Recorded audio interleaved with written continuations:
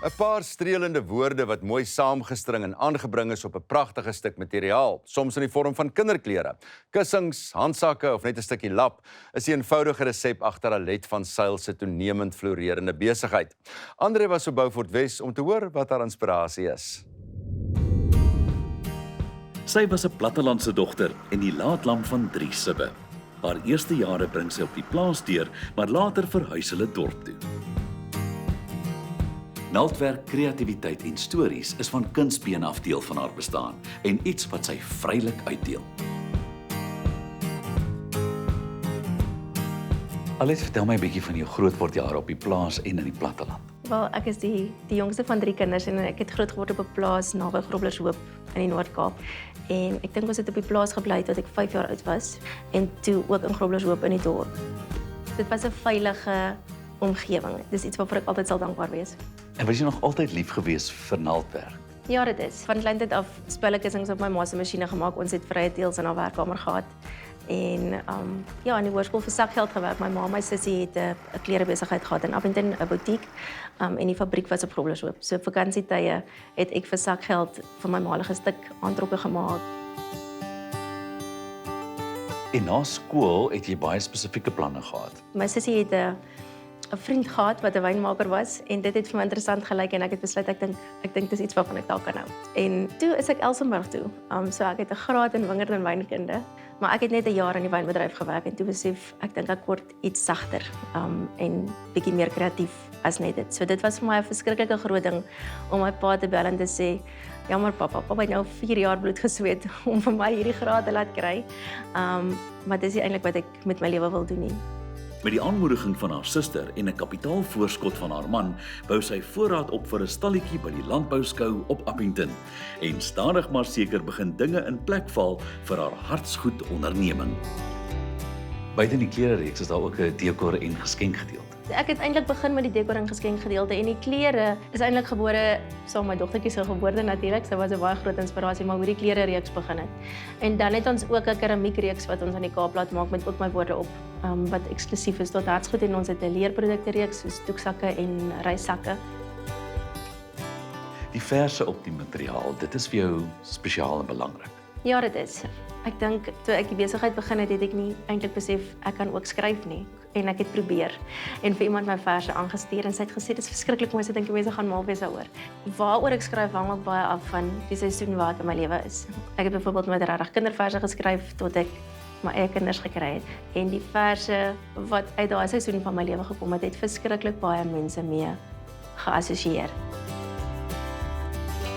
Die materiaal, waar kry jy dit en hoe soek jy dit? So ons het ons eie materiaalreeks waarvan ons dekor en geskenk afdeling se produkte maak, wat ons in die Kaap laat print. Ek het 'n tekstielontwerper, Carolina van Appington, sy doen ons ontwerpe. En die res van die materiaal, ons gaan so 1 keer 'n jaar, 2 keer 'n jaar Kaap toe vir letterlik 'n dag. En jy het vir 'n lang ruk alles self gedoen op die plaas? Ek het seker vir 2-3 jaar alles self gestik en toe 'n stukster opgelei. En vir lank net die 1 stukster gehad, toe later nog 'n stukster opgelei en toe het ek begin uitkyk na vrouens in die omgewing. Dis 'n ingewikkelde proses dan. Ek stuur vir hulle die patrone en 'n voorbeeld en die materiaal. En hulle maak die klaarproduk en koerier die klaarproduk weer vir my terug. En nou het ons gegroei tot by 'n punt waar ek dringend eintlik 'n fabriek sal moet oopmaak vir ons om volhoubaar hierdie te kan doen. Lizaan, hoe het jou en Alet se paaie gekruis? Ons het ontmoet op 'n tuinbedag by Mariesburg en daarna het ons kontak gehou en gehoor sy soek mense om vir haar stukwerk te doen en ek het vir haar gesê dit sal vir my baie lekker wees want dit is 'n groot liefde vir my om naaldwerk te doen. Sy hou daarvan om netjies te werk. Ek neem aan jy ook. Ja, toe ek begin het sy vir my gesê ek moet eers 'n voorbeeldstuk en dan gaan sy kyk of dit vir haar netjies genoeg is want sy is ongelukkig vol nonsens. En tot my voordeel het sy gesê dit is netjies genoeg vir haar winkel. Behalwe vir haar aanlyn winkel is Beaufort Wes die tuiste van hartsgoed in die Karoo. Dis ook hier waar mense bymekaar kom vir koffie en 'n heerlike ontbyt of middagete en waar Hartshuis, Alet se gastehuis op dieselfde perseel, bedryf word.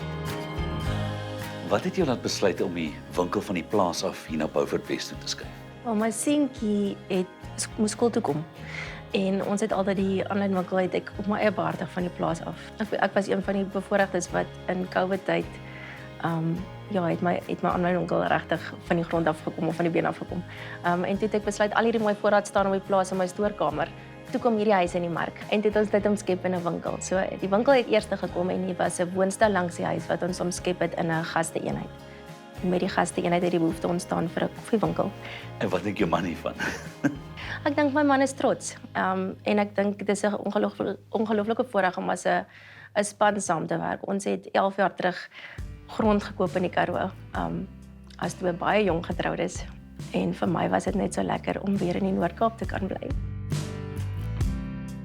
Alet dink ek maak 'n verskil aan baie mense se lewens met dit wat sy in haar winkel uitstraal. Ek dink die produkte en dit wat op die produkte staan is opbouend en vir baie mense is dit 'n boodskap wat hulle saam met hulle kan vat.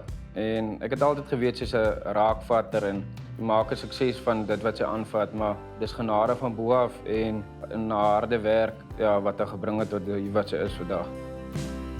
Hoe voel jy as jy nou na jou besigheid kyk om te dink hoe dit gegroei het?